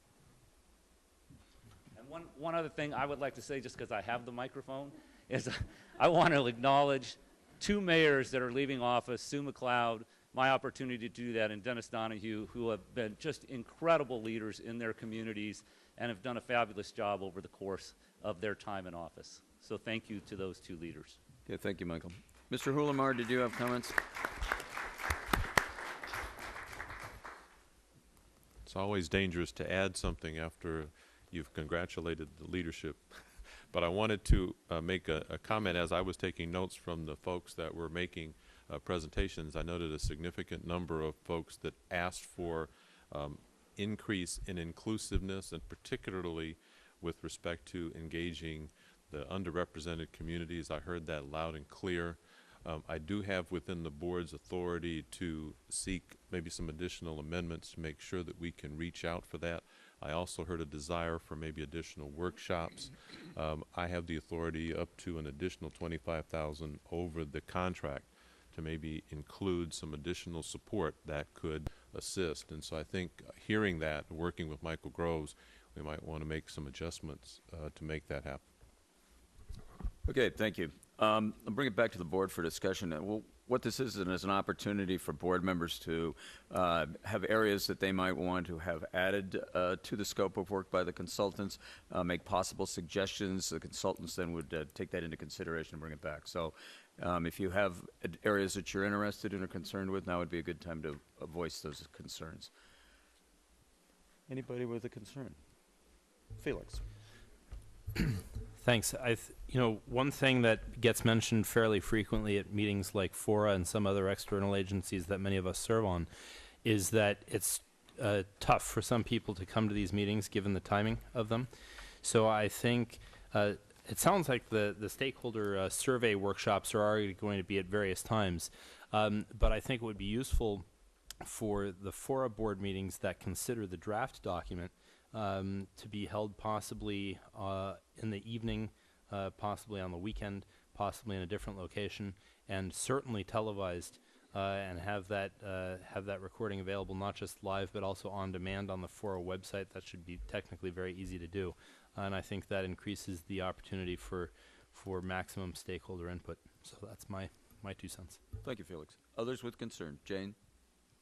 Thank you, Mr. Chair. Just following up on the questions that I asked earlier, I'm glad to hear that there will be a compilation of changes that have happened over time to the base reuse plan. I think that'll be important for us to be able to see and for the public to be able to find easily. And then in terms of the scope of work, it's still a little bit unclear to me exactly what all is contained within the mandated elements and all of that. So I'll just say explicitly that I think we're going to need to make sure that we do a thorough assessment of water and traffic to see where we are, and also a snapshot of the housing allocations. And I think that will be critical. I also just want to raise a general point, and that is that it's a little unclear, but it looks as though it could be that after getting all this input and studying the data and the trends and the analyses, that we may not take any action on the base reuse plan itself. We're doing the reassessment, and I just think that the language that's been quoted about the reassessment and the plan creates an obligation to either adopt changes to the plan or reaffirm the plan, whichever one, either of which would require a vote on the actual plan itself. Just like jurisdictions that do adopt a general plan every 20 years or so, it's part of good planning just to do a formal adoption, even if you adopt essentially the same plan as you had before. So it's just a point I wanted to make. Good. Thank you. Thank you. Others with concerns? Ian? I want to go back to outreach. I don't think my concerns were answered. And as I hear the public talk about it, I heard a couple, what I perceive, private meetings with our consultants that were available to certain groups. And I would like to make sure that if they're available to certain groups, then they need to be available to all. And we can see how that would be too time consuming and may cost too much money. So then that means nobody should get a private meeting. Either way, you let me know which way we want to go. But I want to make sure part of that outreach cannot just be left up to the loudest talkers or the people that go to the most of the meetings. And I want to make sure that those communities of concerns are, people in this room right now, veterans, labor, and I think someone said an excellent point about how many people we have underneath 18 years or younger. The real question is how many people leave 12th grade, high school every year, because that's the people that look for a job every day. When you say 100,000 people under 18 years, we know that includes babies. That's, what I'm saying? That's 18 years from now. But let's get to the real number about how many people leave high school, whether they graduate or not. Those people are looking for jobs, and either they move away or they take our jobs, and I'm not ready to give mine up, or they don't have a job, right? They don't have a job. So I think we need to look at that, and I think that need to be part of the outreach also. Those guys need to, I won't say a seat at the table, but their concerns should not just be heard at the community outreach. Also, I believe his name is Michael, said something about these outreach workshops are co-held with FORA. And so FORA is holding one with the city of Seaside, Delray Oaks, and Monterey. And, and I like those guys, and we have room for them, and wherever we want to meet, I'm glad to meet with them. But I know the budget is tight, I know time is tight, but I just don't know how that was all put together. And I'm not really advocating for more meetings. I just don't know how that was put together. And we just need to make sure everybody's concerns are heard. Okay. Thanks, Ian. Sue?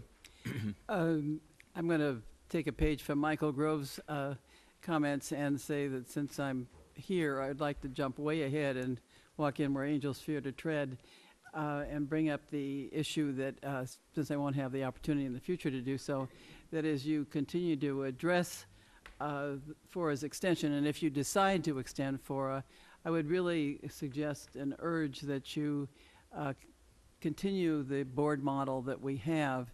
As the Brits say, this is a project full of controversy, and I'm sure it'll be controversial as we go forward. But as having all the players that we have at this U-shaped table is good, because you are building support, understanding, and buy-in to the project, and be able to suggest and interpolate to your jurisdictions what these various sub-projects are. So I would just put that marker down at this point, even though I know it's a little premature. Thank you. Is there anybody else? Okay. Michael, do you have any final thoughts? Are you clear on direction? Okay, why don't we have a motion to receive the report then? So second. Motion by Edelin, seconded by Parker. All those in favor of the motion say aye. Aye. Opposed? Thank you. And I want to thank all those that showed up today. I appreciate the interest, the passions, and I will say this has been one of the larger meetings we've had as of late, and I think that's a good thing. So thank you all for coming. We look forward to seeing you again. Michael, we have 3 brief updates I think you could handle. Yes, Chair Potter, I would like to begin with the Central Coast Veterans Cemetery, item 6B, and I know there are members of the veterans organizations that are here today. As we have reported over the last several months, Assemblymember Monning, working with Senators Cannella and Blakesley, are pushing for some adjustments and changes in the state law that would allow for advances for doing the cemetery design and construction to be repaid from the endowment in the state of California. That language has been moving forward. It will go to the Assembly Armed Services Committee, and I believe it's on April 24th at 4 o'clock, and I know there will be some representatives there if that hearing, as that hearing moves ahead. The importance of that it further allows this organization to assist in creating the Central Coast Veterans Cemetery. As you know, legislation last year put us in position to be able to do some design work all together. If these two pieces are put together and effectively put together, we could save about $1 million in cost in moving the cemetery ahead. Are there any questions from board members regarding the cemetery? It's not really a question, I guess it's a comment. FORA previously provided contact information for our various jurisdictions to support author support letters. As that goes to other subcommittees, it might be helpful for FORA to provide contact information for those subcommittees so that each of our jurisdictions can write similar letters to those other subcommittees. Thank you for the suggestion. We will have Principal Analyst Robert Norris, who handles our Veterans Affairs at the Fort Ord staff level, get that information to the jurisdiction leadership. Is there anybody in the public wishing to speak to this item today? Okay, I'll see you. Sorry. Jack, didn't see you. Yes, my name is Jack Stewart. I'm the Vice Chairman of the Citizens Advisory Committee for the County of Monterey State Veterans Cemetery Project. We continue marching forward as we always have in the past. You scared the heck out of me when you said we're going to start all over again. Really, 15 years plus we've been laboring getting this cemetery in the starting stages. This body has continuously supported the State Veterans Cemetery Project, and we appreciate that. Please do not derail it for the sake of overall participation. We have held open meetings monthly for the last 15 years, and we still hold meetings monthly to receive input from the public. So don't feel ashamed to come to our meetings and say something. You will be heard. We won't throw you out the door. I promise that. One thing I would like to, in summation, I would like to say this. We're not giving up. Help us move forward. Thank you. Thank you, Jack. Thank you for your hard work.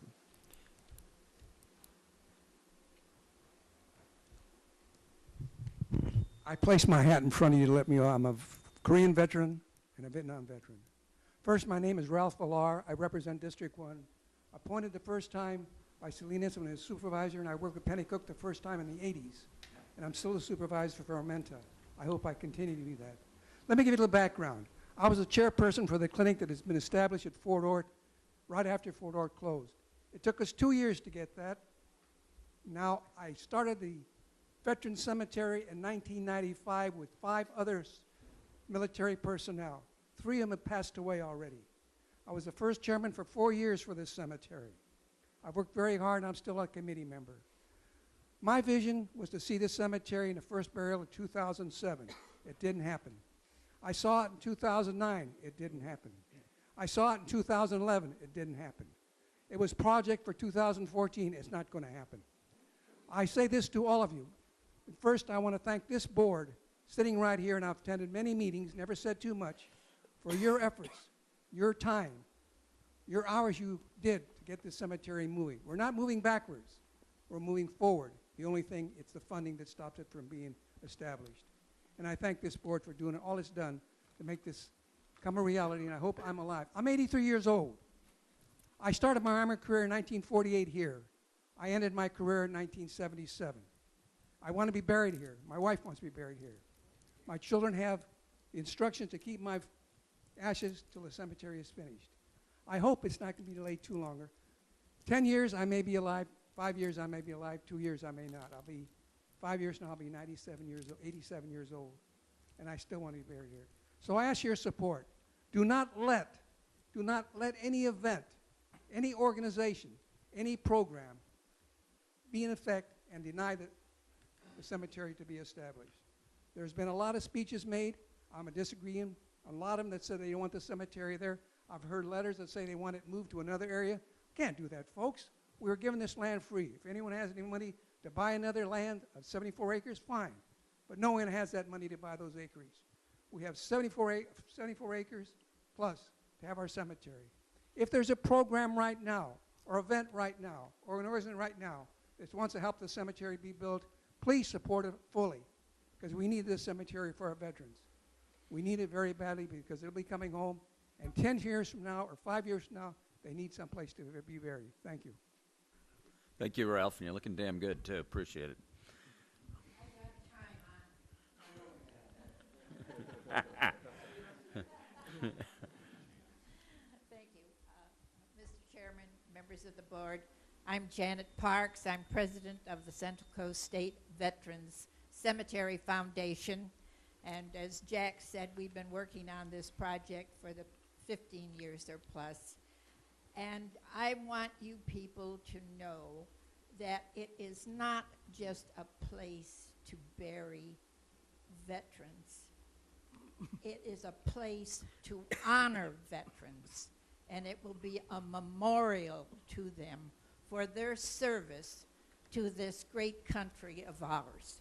So I want you to keep it in mind when everybody says, why do we need a cemetery?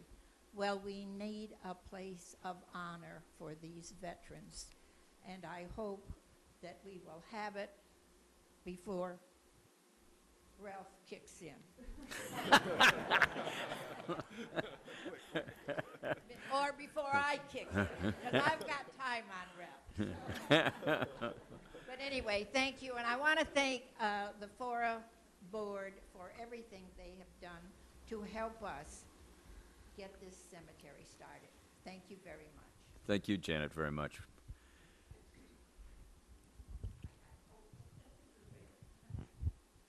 Good afternoon, ladies and gentlemen. My name is Greg Moreno. I'm a recently retired Marine, and I want to concur with the rest of the vets that are here. I really appreciate you guys doing this.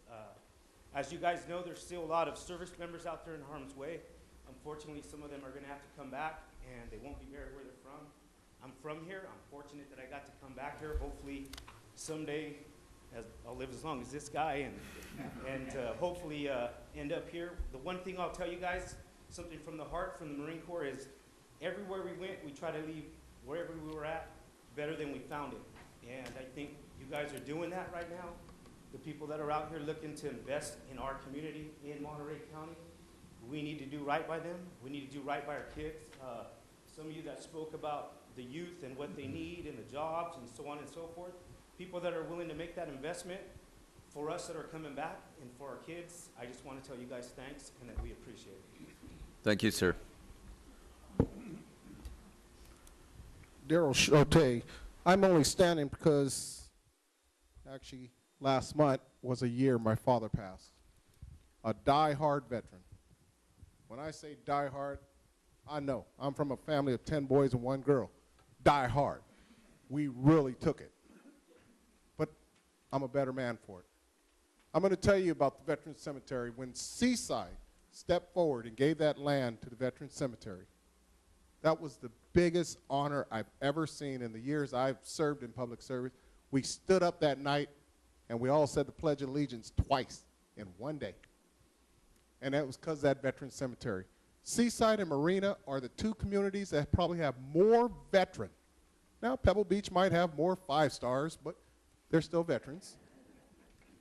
But Seaside and Marina, the 4th district, has more veterans that have been living daily to have this veteran cemetery. And I'm going to tell you, I'm 49 now. Remember when I got in that business, it was 27. There's a lot of them going. I went to Buddy Lowe's funeral yesterday. Everybody knew Buddy Lowe. But the point is we got to get it done. Let's get it done. We're at that turn where Ron said it goes in cycles. We're at that cycle now. Stopping can kill everything. But get that cycle. Let's run with it. Let's see it. Marina's done a great job over there. Let's let everybody else get up there now. Get that veteran cemetery done. Thank you. Thanks, Darrell. Is there anybody else today? Okay, we'll close the public comment period. Are there any additional comments by board members? A motion to receive the report? So moved. Second. Motion by Edlin, seconded by McLeod. All those in favor say aye. Aye. Opposed? That motion has passed, and that report is adopted. Preston Park disposition? Yes, Chair Potter, members of the board, as you know, you authorized a couple of months ago that the Fort Ord Reuse Authority staff move ahead with the disposition of Preston Park Housing Complex, and part of that process was getting an updated appraisal. That appraisal was received a week ago, and we provided for the board members a summary of what that appraisal said, essentially indicating that the underlying value of the property had gone up slightly from the appraisal that we had done about 27 months ago. And we're proceeding ahead with selecting a broker to complete the disposition process. Questions of Michael? Is there anybody in the public wishing to speak to this item? Okay, seeing no one. Unless there's additional discussion, we could have a motion to receive. So moved. Second. Motion by Edlin and seconded by McLeod. All those in favor say aye. Aye. Opposed? And the FORA extension update, AB 1614. I think you pretty much touched on this, but AB 1614 is the extension of FORA legislation. It has been before the Assembly. There have been hearings that have been held in the last month and a half, including representatives from several groups from the Monterey region who made presentations. The bill did pass committee. It did go before the Assembly. It was co-authored by Assembly members Alejo and Monning, as all of us are aware. It did pass the Assembly 55-15, and it is moving forward to the Senate Rules Committee. Should come out of Rules Committee and be scheduled for a hearing at the Senate in late May. any questions of Michael by board members? Anybody in the public wishing to speak to this item? Okay, we can bring it back for a receipt of report. So moved. Second. Motion by Edelin and McLeod. Thank God you guys are here today. All those in favor say aye. Opposed? That report is received. My understanding is that item number 7 is to be continued. Is that correct? Yes, staff received a letter today that brought up some questions about the process associated with the interim agricultural water use for UCMBest. UCMBest requested that we either pull this item from the agenda or continue it to a future meeting. So its staff is requesting a continuance. Is there anybody in the public wishing to speak to the issue of continuance? I see no one, and bring it back to the board for a motion to continue. So moved. Second. I see Denancy. Motion by seconded and a duet by McLeod and Selfridge on the second. All those in favor say aye. That item is continued. We have the executive officer's report attached. Michael? Yes, Chair Potter, I have very little to add to any of the items on the executive officer's report. I think they are very clear and self-explanatory, but I would like to note that as part of our legislative process for the year, we, 2 staff members and the chair will be moving forward to Washington, D.C. next week for meetings with the Veterans Administration on issues tied to the cemetery and the clinic. We'll also be meeting with representatives from the Office of Economic Adjustment, the Department of Defense, the United States Army, the Department of the Interior on the National Monument designation, and others. Are there any questions from Michael in regards to the executive officer's report? Is there anybody in the public wishing to comment on these items? Go and bring it back for receipt of reports. So moved. Motion by Edlin and a second by McLeod. Okay, all those in favor say aye. Aye. Opposed? Are there any members with specific items that they wish to discuss today? Mr. Chairman? Where did that Mr. come Chairman? from? Alec, I just wanted to, Michael mentioned a clinic. About 3 weeks ago, there was an announcement that the VA had selected a clinic site here in Marina. I just want to personally thank, first I want to thank the City of Seaside staff. The 2 competing sites the VA was looking at was a pair of sites in Seaside and this one in Marina. I think the issue that really settled it was the process being much further along in terms of CEQA here in Marina than Seaside, but it certainly wasn't a reflection of the underlying merits. I think both sites are good sites, and we'll end up with an exceptional clinic.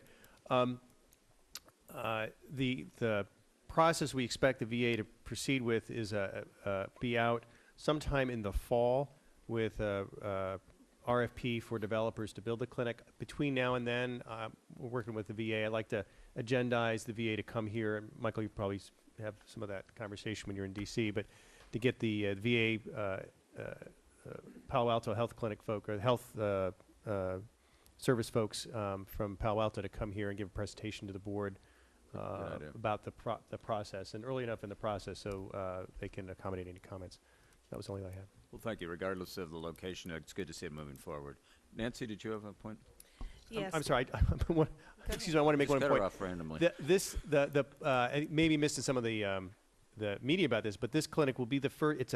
It's a joint VA DoD clinic. DoD would have a major part of it, and as originally conceived by Bill Gorley, and as soon as it's appropriate, Sam wants to introduce a bill. We want to name it after General Gorley, so it becomes the Gorley Clinic.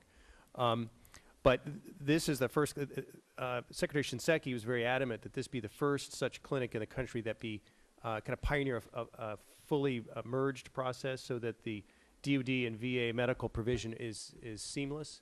It's going to require some changing of how the VA or the DoD does its medical records, but ultimately what VA is trying to get out of DoD is a electronic medical record system that's easily portable into the VA system. So you don't have that bump. I mean, I'm looking at Colonel Edelin and others. When you make that transition, make the handoff as seamless as possible. But this would essentially, since it's the newest of these joint clinics, this would be the first sort of pioneer in the country to do that. So that was it. Okay, Nancy. Thank you. I just came back a week ago from Azerbaijan with the Agriculture Commissioner, and we went over there because of AgKnowledge, and what AgKnowledge showed me how our county relates to the sister city area we have in Azerbaijan, Lankaran, Azerbaijan. And I just want to tell you, the Ag Commissioner and I, Eric and I, really knew each other very little before we went together. What a great person you have for the county. He's just doing an outstanding job. We were looking at ways we could make our agriculture healthier.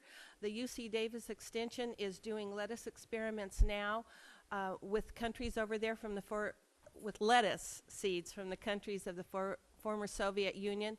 But Azerbaijan has a very organic culture in agriculture that they've had for hundreds of years.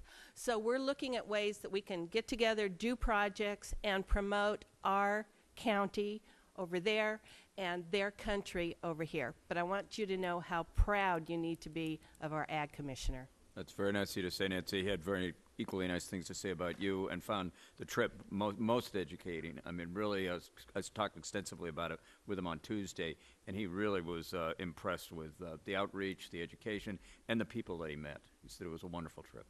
Is there anybody else? I have a question. Sure. For the mayor of Salinas. I just wonder if they have organic radicchio over there.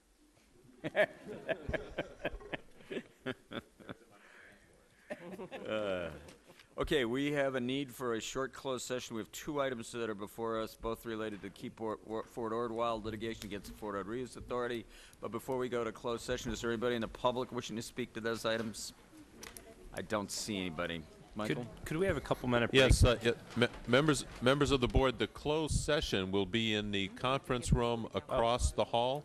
So members of the public, you're welcome to stay here if you would like. We do have a public speaker. Yeah. Yes, you do have a public person. Councilman. Are you going to have a readout after closed session? Yes, we will. Okay.